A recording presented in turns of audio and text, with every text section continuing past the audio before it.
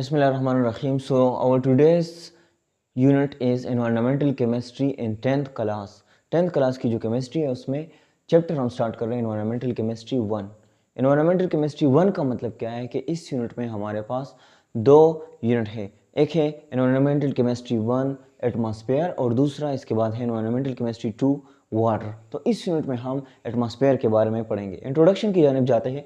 First क्या है, 4.5 billion years ago, 4.5 billion years ago ये अर्थ जो था इट वाज ए हॉट मास. अर्थ क्या था हमारा? इट वाज ए हॉट मास, एक गर्म गोला था और इस पर हर वक्त आग जलती थी. फिर ग्रेजुअली इट कूल्स डाउन. वक्त के साथ साथ ये जो अर्थ थी इसकी टेम्परेचर कम हो गई और ये कूल डाउन होना शुरू हो गई.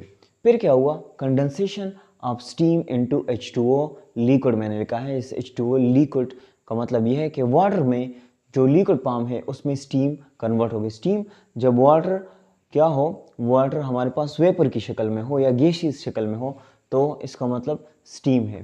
तो ये जो वाटर था, पानी था, ये स्टार्ट में बिल्कुल स्टीम था और लिक्विड फॉर्म में हमारे पास वाटर नहीं था.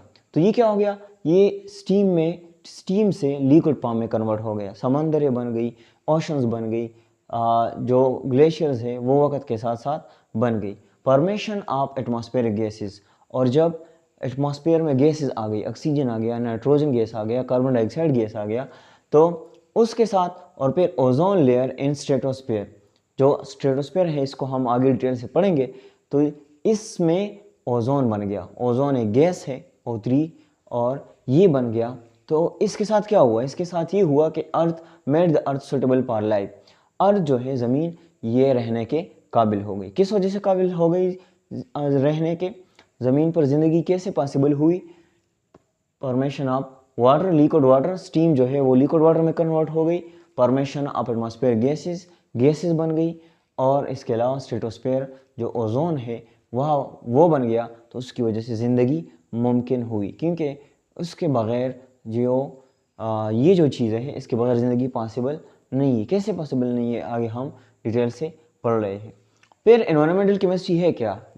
इसकी डिफिनीशन लिखी गई है.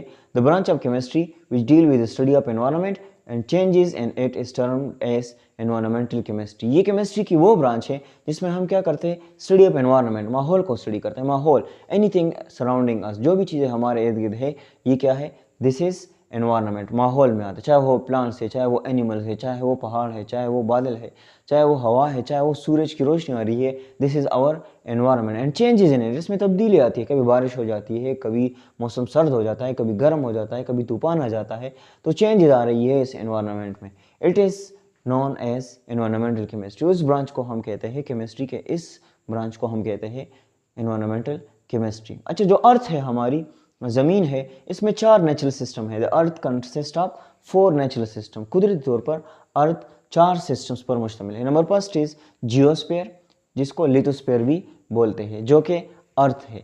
पहाड़ हो गए, मिट्टी हो गया, जो जितने भी हमारे पास सैंड हो गया, तो ये सारे क्या है? दिस इज जियोस्फीयर और lithosphere. Number second is hydrosphere, water, पानी. जिधर भी पानी है तकरीबन 70% ज़मीन का क्या है? That is water. फिर है हमारे पास एटमॉस्फेयर, एयर, हवा है, जो कि ज़मीन के इर्द गिर्द एक ब्लैंकेट है. और हमारे यूनिट भी एनवायरमेंटल केमिस्ट्री एटमॉस्फेयर है. अच्छा, फिर है हमारे पास बायोस्फीयर, लिविंग सिस्टम, जितने भी लिविंग थिंग्स है, प्लांट्स है, एनिमल्स है, फिशेस है ओशंस में. इसके अलावा बैक्टीरिया है, वायरसेस है, वो किस में आते हैं? बायोस्फीयर में आते हैं. तो 4 सिस्टम है हमारे साथ: geosphere, lithosphere, hydrosphere, atmosphere, biosphere. ये चारों ज़रूरी है लाइफ के लिए. इसके बगैर ज़िंदगी मुमकिन नहीं है. ठीक है. फिर इस यूनिट में हम क्या पढ़ेंगे? जो एनवायरमेंटल केमिस्ट्री 1 है, इस यूनिट में हम क्या पढ़ेंगे? लेयर्स ऑफ एटमॉस्फेयर पढ़ेंगे. एटमॉस्फेयर के लेयर्स हैं, स्ट्रेटोस्फेयर, टोपोस्फेयर, मीजोस्फेयर, हार्ड आयोनोस्फेयर. ये 4 तह है. डिटेल से हम एटमॉस्फेयर को पढ़ेंगे कि कौन कौन से तह हैं.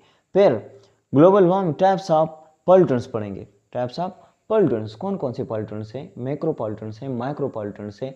इसके अलावा हमारे पास है मैन मेड, इंसानों की वजह से जो पॉल्यूटेंट्स हवा में जा रहे हैं, और कुदरती तौर पर जो माहौल में पॉल्यूटेंट्स जा रहे हैं उसको हम पढ़ेंगे.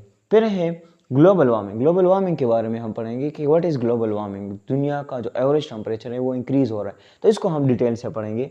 फिर हमारे पास है ओजोन डिप्लीशन। जो अभी मैंने ओजोन के बारे में बात की उसमें सुराख आ चुके हैं, किस वजह से आ चुके हैं, कैसे उसको ठीक करना है, तो ये हम ओजोन डिप्लीशन पढ़ेंगे। और फिर हम पढ़ेंगे एसिड रेन के बारे में कि व्हाट इज़ एसिड रेन, क्यों होता है, किन गैसेस की वजह से होता है और कैसे वो नुकसान दे रहा है, माहौल को कैसे नुकसान दे रहा है, जानवरों को, पौधों को, इंसानों को, बिल्डिंग्स को कैसे वो नुकसान दे रहा है। तो एसिड रेन को हम डिटेल से इस यूनिट में पढ़ेंगे। So it was all about the introduction of environmental chemistry 1। दोबारा मैं थोड़ा सा रिवाइज करता हूँ कि 4.5 बिलियन ईयर्स अगो ये अर्थ क्या था। इट वाज ए हॉट मास। वक्त के साथ साथ ये कूल डाउन होना शुरू हो गया। क्यों कूल डाउन होना शुरू हो गया? क्योंकि स्टीम जो था वो H2O लिक्विड फॉर्म में कन्वर्ट हो गया, पानी लिक्विड में कन्वर्ट हो गया वेपर से। फिर स्ट्रेटोस्फेयर में ओजोन बन गया हमारे पास, एटमॉस्फेरिक गैसेस बन गई जिसकी वजह से ज़िंदगी पॉसिबल हुई। फिर मैंने एक्सप्लेन किया डिफिनीशन ऑफ एनवायरमेंटल केमिस्ट्री, जिसमें मैंने बताया कि एनवायरमेंटल केमिस्ट्री क्या है। इसमें हम स्टडी ऑफ एनवायरमेंट, माहौल के बारे में स्टडी करते हैं और इसमें कौन कौन सी तब्दीली आती है वो स्टडी करते हैं। फिर मैंने नेचुरल सिस्टम्स के बारे में बताया कि नेचुरल सिस्टम्स कौन कौन से हैं। जियोस्फीयर है जिसको लिथोस्फीयर भी बोलते हैं, एटमॉस्फेयर जो हवा है, इसके अलावा हाइड्रोस्फीयर जो पानी है ज़मीन पर, और इसके अलावा बायोस्फीयर जो लिविंग सिस्टम्स है। फिर इस यूनिट में हम लेयर्स ऑफ एटमॉस्फेयर के बारे में पढ़ेंगे, टाइप्स ऑफ पॉल्यूटेंट्स के बारे में पढ़ेंगे और global warming, ozone depletion and acid rain के बारे में पढ़ेंगे।